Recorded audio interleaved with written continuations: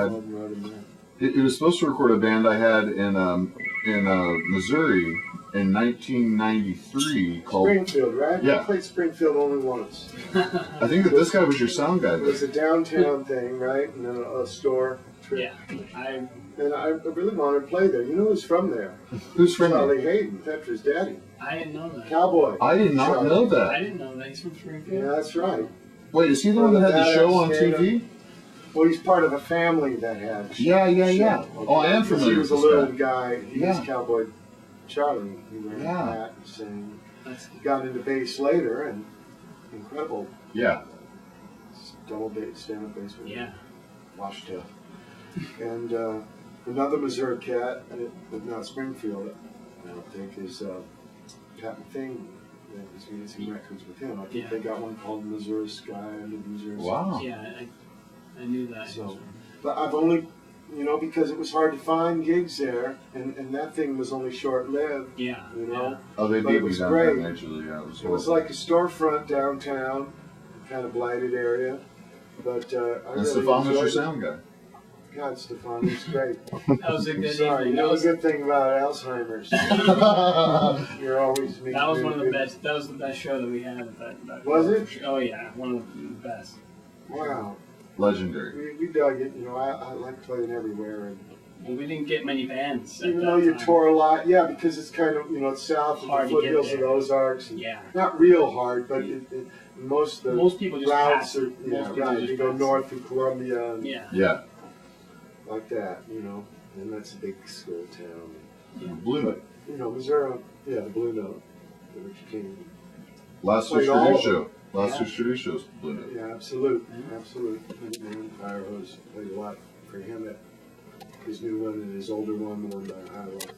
And that was really a stopover between St. Louis and Kansas City. Big Yeah. time. Yeah. Yep.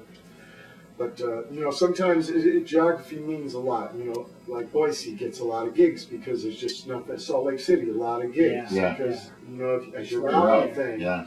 Or you can be on the other end of it like you cats where the route meets. So, it doesn't mean you don't deserve to play there because every town has a reason why it's there and it's got good people. And Well, it was always the the only thing outhouse I've for found us. different is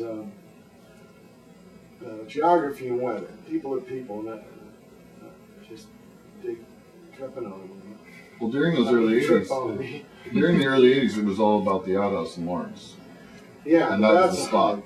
That was the That's a hike spot. for you guys. That was but we always made it. I mean, that was the thing. It was Wow. worth it. That was like Toxic Reasons So you days. didn't go south like to Fayetteville. Fayetteville had the Faith Healers, which is a whole other Right, scene, and which they is were- real cool scene. Also, Faith they had Healers was clubs great. too. Yeah. Okay, not continuous, but they'd have different things going down there. I remember playing one time. It was a combination club skate park and it had ramps and shit. Yeah. That they built. Then you'd be playing some sports bar the next time around. It was, it's Yeah. the big Razorback. It's Yeah. a big school town, There was money there for sure. and so that's probably as crows fly closer to you. Yeah.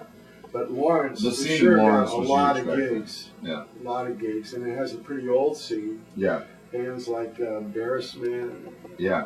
more Micronauts. Micronauts, man, huge. Yeah. Big time. Mudhead in the late 80s. I don't know if you ever heard Mudhead, but Mudhead Yeah. was great too. Yeah. We still have some friends from Kansas City who have a band now called, what are they called now? They used to be in Well, Season Kansas City was, in the old days, Food Killers. Big Joe Turner. And I played next door to it. Yeah, and then there was a blues thing, Emporium, right? Yeah. Emporium, but Mondays would be punk nights, so you could play Yeah. there. And they'd have a chow and got a cue in there. You could do. Anyway, the Midwest. Yeah. God bless them all. God best of both worlds. Crazy The place. sweaty ass summers and the freezing winters. Well, yeah, and I moved to Los Angeles for a girl who I was with out here for several years. But Los Angeles has been so good to me. I mean, the Midwest, I was persecuted and punished for lots of things that now I make money off of. So it's like Wow. it's weird, and a band like us could have never existed there. The bands I had there were really crazy, but it was very short lived because you couldn't get any shows. So Burroughs ended up in Lawrence. Yeah, and Burroughs was a huge influence on me. I went to school, I went to school at KU, and he You're put on a a lot of he put on a lot of great shows. That guy, Laurie Anderson was there. He brought people there that would never And he gave a lot of money to the art school. You know, I mean, he was a He was huge deal. putting on gigs. Yeah, you bet. Well, I mean, he would. Yeah, well, you know, he sang with Laurie Anderson. The best story I have from Lawrence with William S. Burroughs is a friend of mine, Pat Bills, and Lord only knows he may listen to this show. He probably does. But Pat Bills used to cut his grass.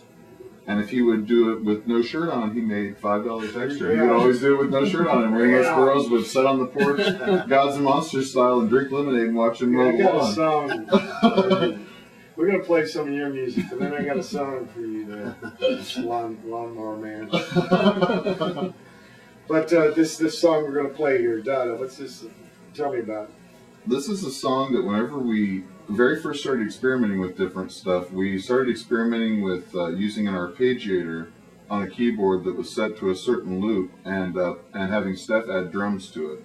And this song kind of merged out of that whole sound of different stuff.